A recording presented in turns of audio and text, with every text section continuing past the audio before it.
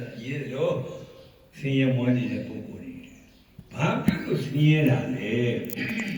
အစာဆင်းရဲအဝတ်ဆင်းရဲအနေဆင်းရဲဘာကြောင့်ဆင်းရဲတာလဲတကားလေးဘာကြောင့်ဆင်းရဲတာဘာကြောင့်ဆင်းရဲတာလဲအစာဆင်းရဲတာလဲအဝတ်ဆင်းရဲတာလဲအနေဆင်းရဲတာလဲလို့မေးရင်နားထောင်ဟိုးလုံးခဲ့တဲ့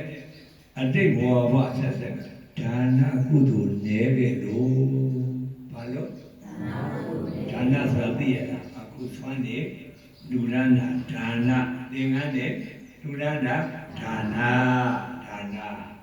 အဲ့ဒီဒါနကုသိုလ်ကပါမလာလို့သူတို့ဆင်းရဲတာနားရရောက်ရတာဒီမှာဟင်ဒီမှာလေးငယ်လေးနားရရောက်တယ်နားရောက်တယ်နော်ဘာလို့ဆင်းရဲတယ်ဒါနနဲခဲ့လို့ဒါနမမာလို့ဆင်းရဲတယ်ကြောက်ကြသိကောင်းတယ်နော်ဆင်းရဲတဲ့ပုဂ္ဂိုလ်ကဲရက်ထဲရွာနဲ့ကြည့်လိုက်ဦးတချို့ကြတော့ချမ်းသာလိုက်တာတချို့ကြတော့ချမ်းသာလိုက်တာလာရေပြီးစုံပြောတော့ပဲဝေရေပြီးစုံနေရေပြီးစုံနော်ရရေရွာရေသာသနာရေဝါရရေအားလုံးပြည့်စုံအောင်ဆောင်ရွက်နိုင်တဲ့ဘဝရောက်နေတဲ့ပုဂ္ဂိုလ်တွေရှိဘူးလားရှိတယ်ဟုတ်တယ်မလားအဲ့လိုပြီးစုံဘယ်စုံပြီးစုံကြည့်ပြီးတော့လောကပြောနေပြောရင်ချမ်းသာတာနဲ့နေရတယ်လို့ဆိုတာအတိတ်ဘဝတုန်းကဘာပါခဲ့လို့လဲပြောတော့ယုံရလားနေယုံရလားဟင်ဒါပဲဒါနကုသိုလ်ကံပါမလာရင်ဆင်းရဲတယ်ပြောတတ်မှာဒါနကုသိုလ်ကံပါလာရင်ချမ်းသာတယ်ယနေ့ဒီကနေ့နာမည်ပေးသွားတယ်ဟမ်ငွေထုံးကိုငွေထုံးကိုငွေဝါကြီးပါမိုးတယ်မို့လားပေါ်တယ်ငွေမပေါ်မမယ်လို့တရားပေါ်တယ်မို့လားပို့ပြီးပွားတာပို့ပြီးပေါ်တယ်ဟုတ်ကဲ့တရားပေါ်လားနော်ဟုတ်တယ်တရားတရားတယ်ပြိဿတို့ဘာတရားလဲတရားဆိုတာဘာပြောမယ်ပဋ္ဌာန်းဒေသနာတော်ကြည့်ပြီးတော့ဘုန်းကြီးပြောမယ်တရားတရားရှိမှဒါနပြုနိုင်တာပြိဿတို့ဘာရှိမှဘာလုပ်နိုင်လဲတရားရှိမှပေးနိုင်တယ်ကျွေးနိုင်တယ်လှူနိုင်တယ်တန်းနိုင်တယ်နားရရောက်ကြဘာရှိမှဘာလုပ်နိုင်တယ်လူနိုင်တယ်တရားရှိမှပေးနိုင်တယ်တရားရှိမှကျွေးနိုင်တယ်ဟုတ်တယ်ပေါ့ကဲဒီနေ့ကိုငွေဘောတို့ဆွမ်းကတ်တယ်မင်းနာမည်ဆိုလဲအမဆွေတော်မသူတော်ပိုင်းကဆွေဆိုပန်းနာခေါ်တယ်အမသူတော်ပါကိုငွေဘောတို့မမတို့ဒီနေ့ဆွမ်းကတ်တယ်ကိုငွေဘောတို့မတို့ဣဇ္ဇတတနာမှာဒုပရိတ္တဘာတရားရှိလို့ပါလဲတရားရှိလို့ဘာရှိလို့တရားရှိလို့ဘာလုပ်တယ်သုံးကတ်တယ်တရားရှိလို့သင်္ကန်းတွေယူရန်တယ်ဟုတ်တယ်မလားဒါစာပေတိုင်းပဋ္ဌာန်းဒေသနာတော်ကတတ္တံဥပနိဒာယဒါနံဒေတိတတ္တံသရဏယကိုဥပနိဒာယမိတကတဲ့ပြု၍ဒါနလူနဘဝတုအသုစုကိုတေတိပိတုပလေတော်ဤစာတိပဲတကလေးတရားရှိမှလူနိုင်တယ်တရားရှိမှပေးနိုင်တယ်တရားရှိမှကျွေးနိုင်တယ်ဒါလည်းရောက်ကြလားအဓိပ္ပာယ်ရှင်းရလားကဲဘုရားစကားကိုဗျာတိတွေကဖြောင်းပြန်လာဟဲ့ တရားတရားမရှိရင်မလူနိုင်ဘူးတရားတရားမရှိရင်မပေးနိုင်ဘူးတရားတရားမရှိရင်မကျွေးနိုင်ဘူးဘုမောရမလေးသူရတဲ့ဆိုတာတရားတရားရှိလို့တရားတရားရှိလို့တရားတရားရှိလို့ပြီးတော့ညသေးရွာလေးကြည်ကြည်ကြတာညသေးရွာလေးကြည်ကြည်ကြတာတချို့ကျမ်းမာရေးမကောင်းဘူးကျမ်းမာရေးမကောင်းဘူးတချို့များအိပ်ရတယ်ဘုံဘုံကြီးနေနေရတာအများကပြုတ်မှစုမှနုရတဲ့အဖြစ်မျိုးရောက်နေတဲ့ပုဂ္ဂိုလ်တွေတွေ့ဘူးလားတွေ့ဘူးလားတွေ့လေဘာကြောင့်အိပ်ရတဲ့မှာယောဂဝေဒနာတွေဖိစီးစိတ်တဲ့ဓာတ်ချက်ခံပြီးတော့အိပ်ရတဲ့မှာဘုံဘုံကြီးလဲနေရတာလဲလို့မေးရင်နောက်တော့အတိတ်ဘဝတော့မှသီလကုသိုလ်ကံနေခဲ့လို့ဘာလို့သီလကုသိုလ်ကံနေခဲ့သီလကုသိုလ်ကံသီလဆိုတာဘာပြောလဲကိုယ်နဲ့နှုတ်ဟောဒီမဲ့ကိုယ်နှုတ်ဟောဒီမှာကိုယ်နဲ့တော့မကောင်းတာပြုတဲ့ဒီခန္ဓာကိုယ်နဲ့ဒီနှုတ်နဲ့ခန္ဓာကိုယ်နဲ့မကောင်းတာပြုတဲ့နှုတ်နဲ့မကောင်းတာပြောတယ်ဟုတ်တယ်မလားခန္ဓာကိုယ်ကြီးနဲ့ကောင်းတာပြုတယ်နှုတ်ကလည်းကောင်းတာတွေပြောတယ်ဟုတ်တယ်မလားအဲ့ဒါလို့ကိုယ်နဲ့နှုတ်နှစ်ပါးဆိုမကောင်းတာတွေကိုမပြုမိအောင်မကောင်းတာတွေကိုမပြောမိအောင်စောင့်ရှောက်ထိန်းသိမ်းတာကိုသီလလို့ခေါ်တယ်သီလရဲ့အဓိပ္ပာယ်ပြီးတော့ဒါနကတော့နားလည်ပြီးသားပေးတာကဏ္ဍသောနာကျေတာလူရဒနာဒါနနားလည်ပြီးသားသီလကြတော့အသိနေတယ်ကိုယ်နဲ့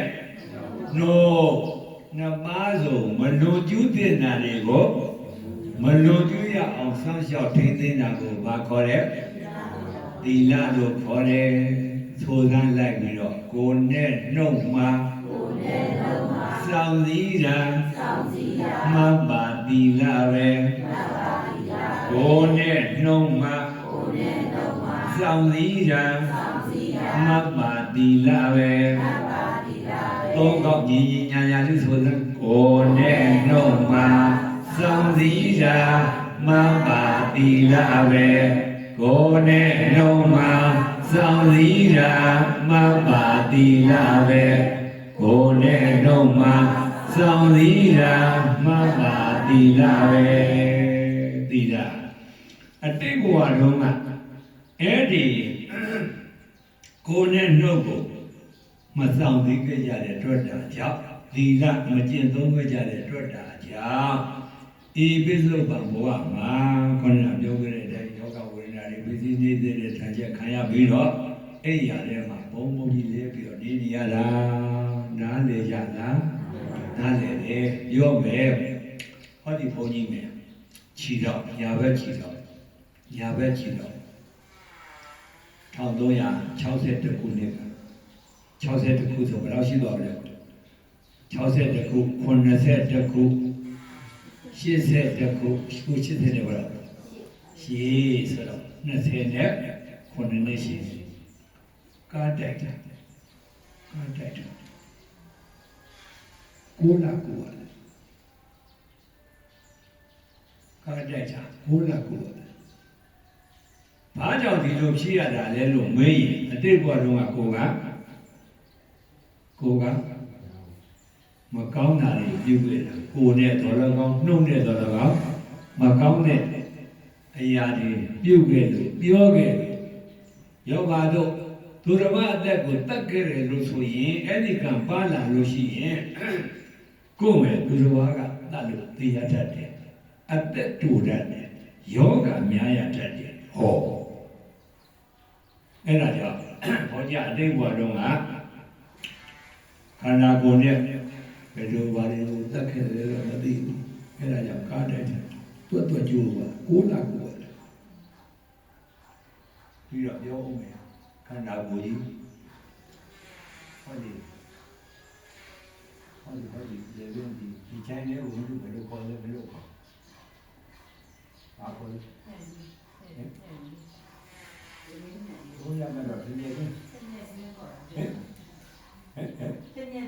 အေးဟုတ်တယ်ကွာတော်သားပဲမလို့နဲ့တူတယ်ဒီတစ်ညက်တွဲထဲမှာအကျိတ်လုံးတွေ့လို့ထုတ်ပြီးတော့ဓာတ်ခွက်ကြည့်ကင်ဆာ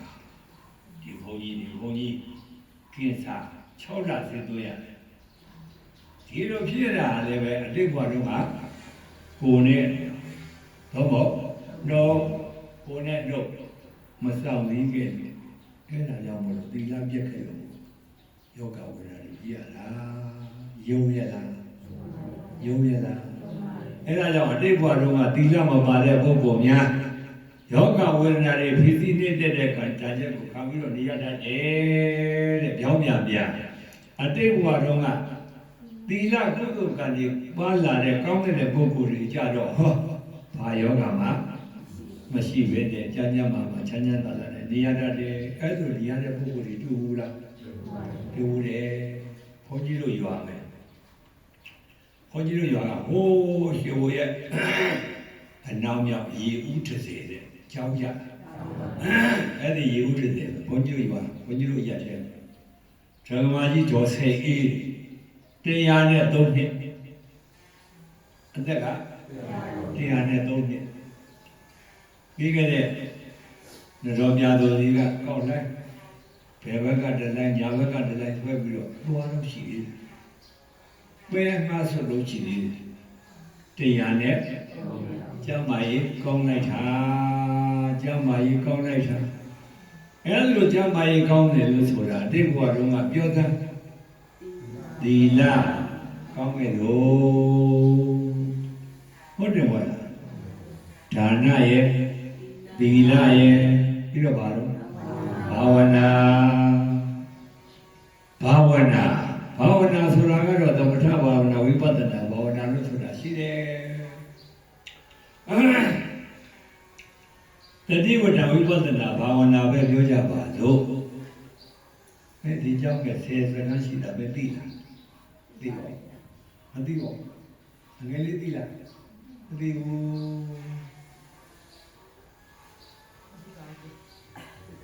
ဟာဒီမဲ့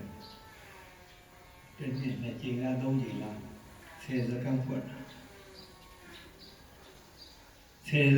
ပြီးတော့တတိပဋ္ဌာန်တရားအနေနဲ့ပြောရင်တတိပဋ္ဌာန်တရားဘာတရား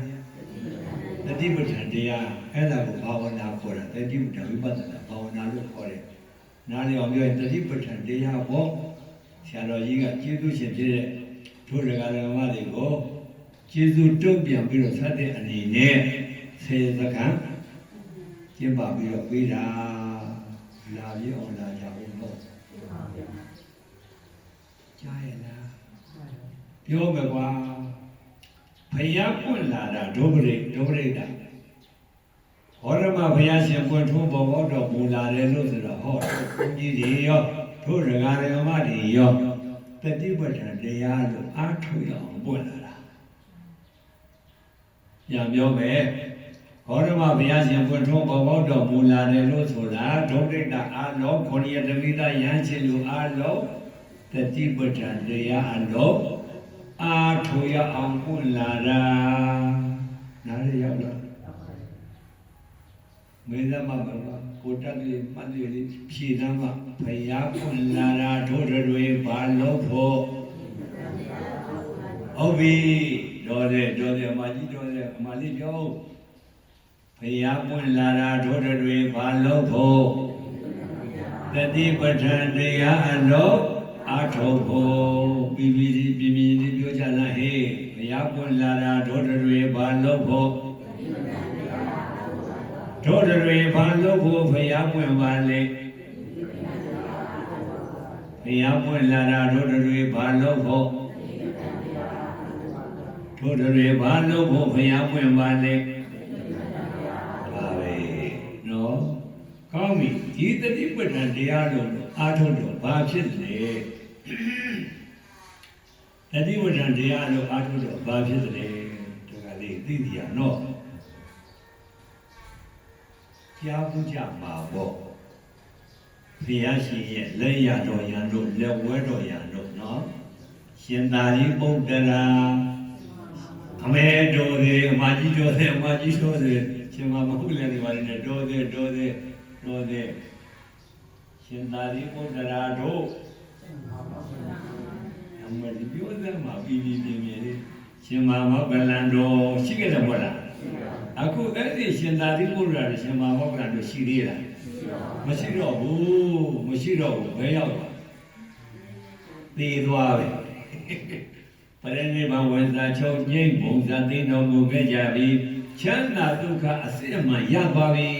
ဒါလေးပြောကြတယ်နော်ရှင်သာရိပုတ္တရာတို့ရှင်မမောကလန်တို့စရှိတဲ့အရှင်မြတ်ကြီးတွေဧကသာဝကမဟာသာဝကအရှင်မြတ်ကြီးတွေပရိသေအနုပါရိသေတာပရိနိဗ္ဗာန်ဝိသချုပ်ငြိမ်းလို့ဘုံသာသိတော်မူခဲ့ကြပြီချမ်းသာဒုက္ခအစစ်အမှန်ကိုရသွားပြီချမ်းသာဒုက္ခအစစ်အမှန်ကိုရသွားပြီဘာကြောင့်ရတာလဲတတိပဌာဝိပဿနာတရားလို့အားထုတ်လို့နားရောက်ရမှာကြီးအေးတတိပဌာဝိပဿနာတရားလို့အားထုတ်ကြတဲ့အတွက်ဒါကြောင့်သံဃာဝဒုက္ခကလုံးရောက်သွားခဲ့ပြီဘုန်းကြီးတို့သာအတ္တဒုရိတအာလုံးနေနဲ့ကဲကျိုင်းတာပဲမဟုတ်လားဘာကြောင့်ကျိုင်းတယ်လို့ဆိုရင်ပြောတာအောင်ထုတ်လို့ကျင့်တယ်လေကွာတရားဟောတာကျင့်တယ်လေဟာကျင့်တယ်လေတတိပဌာဝိပဿနာတရားအလုံးအာမထုတ်ကြတဲ့အတွက်ဒါကြောင့်ဒုပရိသပေါင်းသူတော်ကောင်းတို့တွေနဲ့နေတဲ့ဘာတွေနဲ့ကြုံကြဆင်းရဲတွေနဲ့ကြုံကြရတယ်ဟုတ်တယ်ဗောလားဟုတ်တယ်ဗောလားဘာဆင်းရဲလဲစာပေတရားပြောလို့ရှိရင်ဇာတိဆင်းရဲစရာဆင်းရဲဗျာတိဆင်းရဲမရဏဆင်းရဲတွေအပြန်ပြောစမ်းစာသဘောလေးဇာတိဆင်းရဲစရာဆင်းရဲဗျာတိဆင်းရဲမရဏဆင်းရဲဒါဆင်းရဲစစ်တွေပဲဇာတိရတာဟာလည်းပဲဇာတိပိဒုက္ခစရာပိဒုက္ခမရဏပိဒုက္ခဓမ္မစကြာတရားတော်မှာဘုရားမိန့်ကြားထားတာဇာတိဟာလည်းဆင်းရဲစစ်ပဲစရာဟာလည်းပဲဆင်းရဲစစ်ပဲမရဏဟာလည်းပဲဆင်းရဲစစ်ပဲဒါဒီမပြောချပါဘူးနိုင်နေနေသွားပြီဒါကြောင့်ထိုးတွေအနေနဲ့ဇာတိဆင်းရဲစရာဆင်းရဲဗျာတိဆင်းရဲမရဏဆင်းရဲတွေတွေ့နေရတယ်ကိုယ်ငွေဘောအနေနဲ့ဆိုဟောဇာတိရလာတော့စရာဆင်းရဲနဲ့တွေ့နေပြီပြီးတော့ဗျာတိဆင်းရဲနဲ့လည်းတွေ့နေပြီဘာကြတော့မရဏကြဒီဘုန်းကြီးကိုကြီးလည်းပဲဇာတိဆင်းရဲနဲ့တွေ့နေရတယ်စရာဆင်းရဲနဲ့တွေ့နေရတယ်ဗျာတိဆင်းရဲနဲ့လည်းတွေ့နေရတယ်မရဏဆင်းရဲနဲ့လည်းတွေ့နေရတယ်ရှင်းပေါ်ရဏစကားလေးကြားဘူးကြလားရှင်းပေါ်ရဏစကားလေးကြားဘူးကြလားမြွေပူရာမွေပူရာကင်းမအာဟာတော်ရတယ်မင်းလားမွေပူရာကင်းမမြည်တဲ့ရာဆန်းမြည်တဲ့ရာဆန်းစဲလေရာတခုထားဟုတ်တယ်မို့လားဆင်းရဲတာဇာတိဆင်းရဲဒရာဆင်းရဲဗျာတိဆင်းရဲမရဏဆင်းရဲတောကပိယေဝဒုက္ခဒေါမနဥပါယတာဆင်းရဲတွေတွေ့နေရတယ်ဒီထဲကနေပြီးတော့လဲရတဲ့ဖိုးထောင်းဆိုတာတော့ပဲလာလိုက်ပြီးတယ်မန္တလေးအနေနဲ့ပြောကြသလိုဆိုရင်ကိုပဲဆင်းရဲပြီးတော့ဗါလေပြောပြီးတော့ဗါလေမယင်ဝေးဆင်းရဲမင်းတို့ကဘာသိရအောင်ဘုံပဲသိရတယ်ကွာဆင်းရဲတာတိုက်ကြည့်ပြောဒုက္ခကိုရောက်လို့တို့ရိတ်တာများဆိုရင်နှစ်ထပ်ဓမ္မယုံကြီးနဲ့သုံးထပ်ကြောင်းတယ်